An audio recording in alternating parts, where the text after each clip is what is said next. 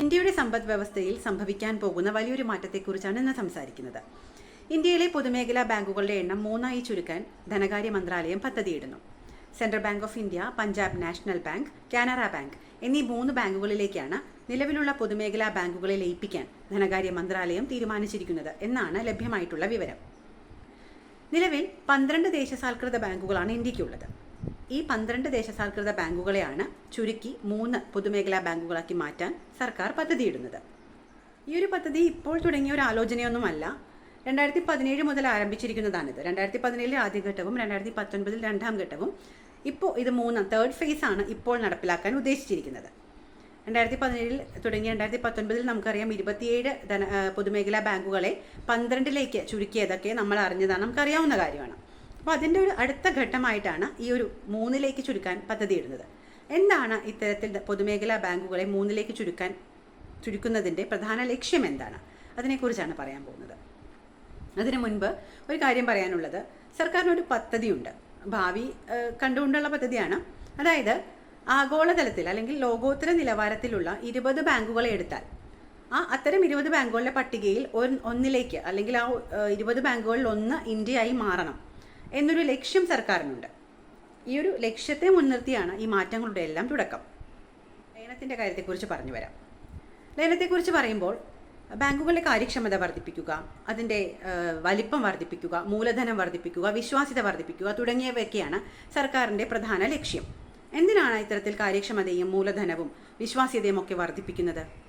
നമ്മൾ ആദ്യമേ പറഞ്ഞിട്ടുള്ള ആഗോള നിലവാരത്തിലുള്ള ബാങ്കിങ് മേഖലയിലേക്ക് നമുക്ക് എത്താൻ സാധിക്കണമെങ്കിൽ ഇത്തരത്തിലുള്ള കാര്യക്ഷമമായ പ്രവർത്തനം, വലിയ മൂലധനം, വലിയ ബാങ്ക്, വിശ്വാസ്യത ഒക്കെ ആവശ്യമാണ്. അപ്പോൾ ഈ ഒരു ലക്ഷ്യത്തിലേക്ക് കടക്കുന്നതിന് വേണ്ടിയാണ് ധനകാര്യ മന്ത്രാലയം ഈ ഒരു പൊതുമേഖലാ ബാങ്കുകളുടെ ലയനം അതിനെക്കുറിച്ച് ആലോചിക്കുന്നത്. നമുക്കറിയാം, ബാങ്കുകളുടെ വലിപ്പം കൂടുന്തോറും അല്ലെങ്കിൽ ബാങ്കുകളുടെ വിശ്വാസ്യത കൂടുന്തോറും നമുക്ക് ആഗോളതലത്തിൽ അതിനൊരു സ്വാധീനം ചെലുത്താൻ കഴിയും. എന്നാൽ ഇത് മാത്രമല്ല ഇതിനു പിന്നിലെ കാരണം. നമുക്കറിയാം, ഇത്തരം ചെറുകിട ബാങ്കുകളെ യോജിപ്പിച്ച് വലിയൊരു ബാങ്കാക്കി മാറ്റുമ്പോൾ അതിൻ്റെ മൂലധനം സ്വാഭാവികമായും വർദ്ധിക്കും. ഇത്തരം വലിയ ബാങ്കുകൾക്ക് വലിയ വായ്പകൾ നൽകാനുള്ള സാഹചര്യവും ഉണ്ടാകും. നമ്മുടെ സർക്കാരിന് വലിയ വലിയ പദ്ധതികൾ നടപ്പിലാക്കാൻ പ്ലാനുകളുണ്ട്. ഇത്തരത്തിലുള്ള വലിയ പദ്ധതികൾക്ക് വലിയ വായ്പാ സഹായം ആവശ്യമാണ്. അപ്പോൾ ബാങ്കുകളുടെ വലിപ്പം കൂടുന്തോറും അല്ലെങ്കിൽ മൂലധനം കൂടുന്തോറും വായ്പ നൽകാനുള്ള സാഹചര്യവും കൂടും. അങ്ങനെ വായ്പാശേഷി വർദ്ധിപ്പിക്കുക എന്നൊരു ഉദ്ദേശവും ഇതിന് പിന്നിലുണ്ട്. ഈ സംരംഭങ്ങൾക്ക് വായ്പകൾ നൽകുന്നത് മൂലം ഇന്ത്യയുടെ സമ്പദ് വ്യവസ്ഥയിൽ കാര്യമായ മാറ്റം തന്നെ ഉണ്ടാകുമെന്നാണ് പറയപ്പെടുന്നത്. മറ്റൊന്ന് പറയുന്നത്, നിരവധി ചെറിയ ചെറിയ ബാങ്കുകൾ വരുമ്പോൾ അതിന് ഓഫീസ് വേണം, ശാഖകൾ വേണം, ബ്രാഞ്ചസ്, അതുപോലെ തന്നെ ടെക്നിക്കൽ സാങ്കേതിക സഹായങ്ങൾ വേണം, മാൻ പവർ വേണം, ദൈനംദിന ചിലവുകളുണ്ട്. ഇതൊക്കെ ഒരു വലിയ ചിലവിലേക്കാണ് പോകുന്നത്. ഇങ്ങനെ ലയിപ്പിക്കുന്നതോടുകൂടി ഇത്തരം ബ്രാഞ്ചസിൻ്റെ എണ്ണം കുറയും, ഓഫീസിൻ്റെ എണ്ണം കുറയും. അങ്ങനെ ചിലവ് കുറയ്ക്കാൻ, കോസ്റ്റ് കൺട്രോളിന് ഇതൊരു വലിയ ഒരു സഹായമായി മാറുമെന്നും സർക്കാർ കരുതുന്നുണ്ട്, ധനകാര്യ മന്ത്രാലയം കരുതുന്നുണ്ട്. മറ്റൊന്ന്, ബാങ്കുകൾ ഇതൊരു ഡിജിറ്റൽ യുഗമാണ്. ഈ ഡിജിറ്റൽ യുഗത്തിനനുസരിച്ചുള്ള ടെക്നോളജി വികസിപ്പിക്കണമെങ്കിൽ അതിന് ചെറുകിട ബാങ്കുകൾക്ക് അവർക്ക് ഒരു സാമ്പത്തിക പരാധീനതകൾ അല്ലെങ്കിൽ ഒരു ലിമിറ്റേഷൻ നേരിട്ടേക്കാം. എല്ലാത്തിനും അവർക്ക് ഒരു പരിധിയുണ്ട്, സാമ്പത്തികമായിട്ടുള്ള പരിധികളുണ്ട് അവർക്ക്. അപ്പോൾ ഇത്തരം ചെറുകിട ബാങ്കുകളെല്ലാം കൂടി ചേർന്ന് ഒരു വലിയ ബാങ്കായിട്ട് മാറുമ്പോൾ ഈ ഒരു സാമ്പത്തികമായിട്ടുള്ള അല്ലെങ്കിൽ ഒരു സാമ്പത്തിക പ്രതിസന്ധി മറികടക്കാൻ സാധിക്കുകയും ഇന്നത്തെ ഡിജിറ്റൽ യുഗത്തിനനുസരിച്ചുള്ള എല്ലാ ടെക്നോളജിക വികസനവും കൊണ്ടുവരാൻ നമുക്ക് സാധിക്കുകയും ചെയ്യും.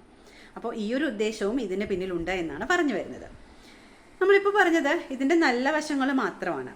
ഒരു നാണയത്തിന് 2 വശങ്ങളുണ്ട് എന്ന് പറയുന്നത് പോലെ ഈ ഒരു ഡിജിറ്റൽ അല്ലെങ്കിൽ ഈ ഒരു ലയനത്തിന് മറ്റ് വശങ്ങളും ചൂണ്ടിക്കാണിക്കാൻ സാധിക്കും. അതിൽ ഏറ്റവും ആദ്യം പറയേണ്ടത്, നമ്മൾ ആദ്യമേ പറഞ്ഞു, ശാഖകൾ പലപ്പോഴും കുറയുമെന്ന് പറഞ്ഞു. ഇവിടെ എല്ലാം വർക്ക് ചെയ്യുന്ന കുറേ ആളുകളുണ്ടല്ലേ. അപ്പോൾ ഇവരുടെ എല്ലാം ജോലി എന്ത് ചെയ്യും? നഷ്ടപ്പെടും.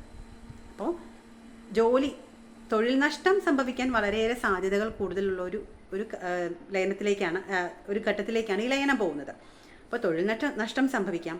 അതുപോലെ തന്നെ നമ്മുടെ പ്രദേശത്ത് പ്രാദേശികമായിട്ടൊരു ബാങ്ക് ഉള്ളപ്പോൾ ഈ ബാങ്കുകൾ എങ്ങനെയാണ് ആ പ്രദേശത്തിൻ്റെ ആവശ്യങ്ങൾ മനസ്സിലാക്കി അതിനനുസരിച്ചുള്ള വായ്പകൾ സജ്ജീകരിക്കാൻ ആ ബാങ്കിന് കഴിയും. പക്ഷേ ഇതൊരു വലിയ ബാങ്കായിട്ട് മാറുകയാണെങ്കിൽ ഇത്തരത്തിലുള്ള ചെറുകിട ആളുകൾ അല്ലെങ്കിൽ ചെറുകിട വ്യാപാരി വ്യവസായികളെയോ അല്ലെങ്കിൽ MSME യൂണിറ്റുകളെയോ ഒക്കെ കൺസിഡർ ചെയ്യാനുള്ള സാധ്യത വളരെ കുറയും. ഇവർക്കൊന്നും വായ്പ ലഭിക്കില്ല എന്നല്ല പറഞ്ഞു വരുന്നത്. വായ്പ ലഭിക്കും, പക്ഷേ അതിനുള്ള കടമ്പകൾ കുറച്ചുകൂടി ദുർഘടം പിടിച്ചതായിരിക്കുമെന്ന് ആണ് സാരം. അപ്പോൾ അതും സാധാരണക്കാരെ സംബന്ധിച്ച് ഒരു വലിയ പ്രശ്നമായിരിക്കും. നമുക്ക് നമ്മളുടെ ഏറ്റവും അടുത്തുള്ള ബ്രാഞ്ചിൽ ചെന്ന് നമ്മൾ ലോൺ അപേക്ഷിക്കുന്ന പോലെ ആയിരിക്കില്ല ഇത്തരം വലിയ ബാങ്കുകളിൽ ചെന്ന് ലോൺ അപേക്ഷിക്കുന്നത്. അങ്ങനെ ഒരു പ്രശ്നവും നിലവിൽ വരും.